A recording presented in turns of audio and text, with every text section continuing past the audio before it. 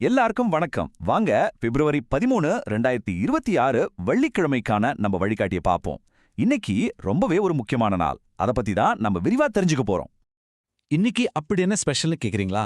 பாருங்க, 3 பெரிய ஆன்மீக நிகழ்வுகள் ஒரே நாள்ல ஒன்னா சேருது. ஒன்னு புண்ணியம் நிறைந்த மாசி மாதத்தோட தொடக்கம். 2வது மகாவிஷ்ணுவுக்கு ரொம்ப உகந்த சர்வ ஏகாதசி. 3வது அவரோட அருள அள்ளித்தர்ற விஷ்ணுபதி புண்ணிய காலம். இந்த 3 சேரும்போது நமக்கு கிடைக்கிற பலன் மும்மடங்காகும். இது ரொம்ப அபூர்வமான ஒரு மங்களகரமான சங்கமம்னே சொல்லலாம். சரி, இந்த 3 சேர்றதால என்ன சக்தி இருக்குன்னு இன்னும் கொஞ்சம் ஆழமா புரிஞ்சுக்கலாம் வாங்க. மாசி மாசம்னாலே பொதுவா ஆன்மீகத்துக்கும் புதுசா எதையாவது தொடங்குறதுக்கும் ரொம்ப நல்லது. அதோட ஏகாதசி விரதமும் சேரும்போது நம்ம வேண்டுதல்கள் நேரா மகாவிஷ்ணு கிட்ட போய் சேரும்.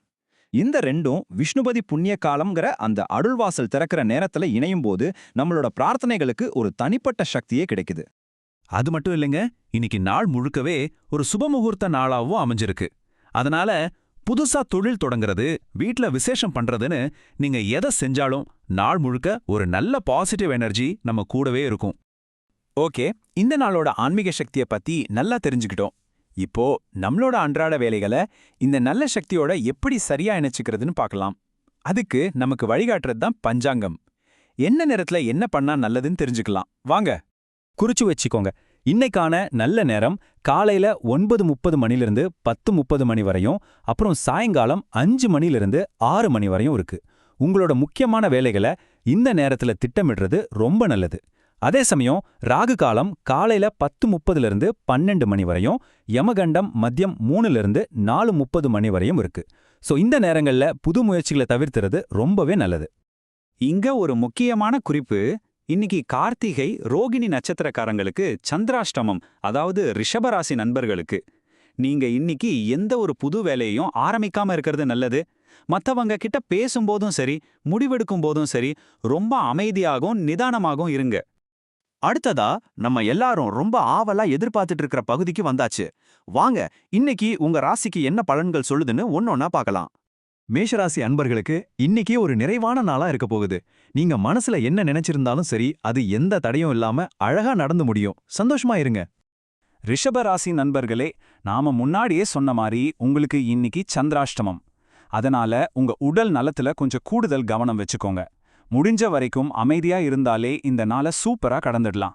நிதானம் ரொம்ப முக்கியம். மிதுன ராசிக்கு மனசுல சின்ன சின்ன கவலைகள் வந்துட்டு போகலாம்.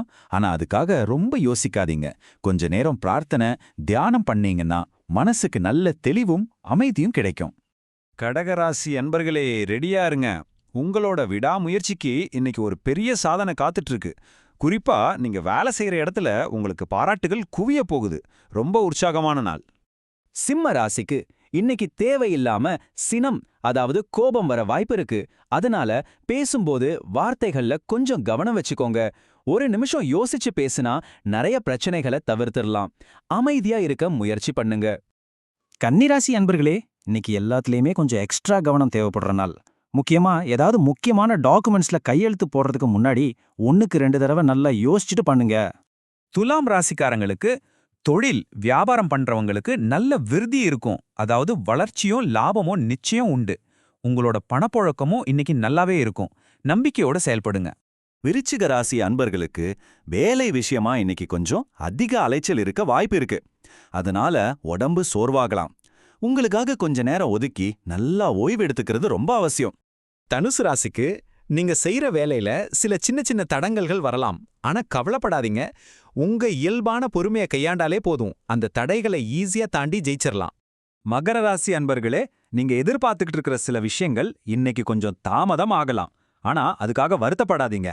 காத்திருப்பு வீண் போகாது. கடைசியில முடிவு உங்களுக்கு சாதகமா தான் அமையும். கும்பராசிக்கு அடடா என்ன ஒரு அருமையான நாள். இன்னைக்கு நீங்க தொட்டதெல்லாம் துளங்கும்னு சொல்வாங்களே, அந்த மாதிரி ஒரு நாள். நீங்க எடுக்கிற எல்லா முயற்சிகள்லயும் மிகப்பெரிய வெற்றி நிச்சயம். இந்த நாளை முழுசா பயன்படுத்திக்கோங்க. கடைசியா மீன் ராசிக்கு இன்னைக்கு அதிர்ஷ்டம் நிறைஞ்ச யோகமான நாள். திடீர்னு பணம் வர்றது, சந்தோஷமான செய்திகள் காதுக்கு வர்றதுன்னு ஆனந்தமான தருணங்கள் உங்களை தேடி வரும். எல்லா ராசி பலன்களையும் பார்த்தாச்சு. இப்போ இந்த சிறப்பான நாள்ல நாம எல்லாரும் பொதுவா பலன்களை பெற ஒரு எளிய பரிகாரத்தையும் நம்மள யோசிக்க வைக்கிற ஒரு பொன்மொழியும் பார்க்கலாம். ரொம்ப எளிமையான பரிகாரம்தான்.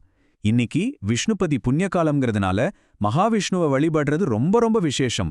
அவருக்கு ஒரு துளசி மாலையை சாற்றி மனசார பிரார்த்தனை பண்ணுங்க. இப்படி பண்றதால கடன் தொல்லைகள் நீங்கி வீட்ல செல்வம் பெருகும்னு ஒரு நம்பிக்கை. சரி, நம்ம நிறைவு செய்யறதுக்கு முன்னாடி இன்னைக்கான ஒரு சிந்தனை, ஒரு கேள்வி. குறையுள்ள ஒரு மனம்தான் மத்தவங்க கிட்ட குறைய கண்டுபிடிக்குமா? இந்த மங்களகரமான நாள்ல நம்ம மனச நல்ல விஷயங்களால நிரப்பி இந்த கேள்வியோட யோசிப்போம். உங்க எல்லாருக்கும் இந்த நாள் இனிய நாளாக அமையட்டும். நன்றி.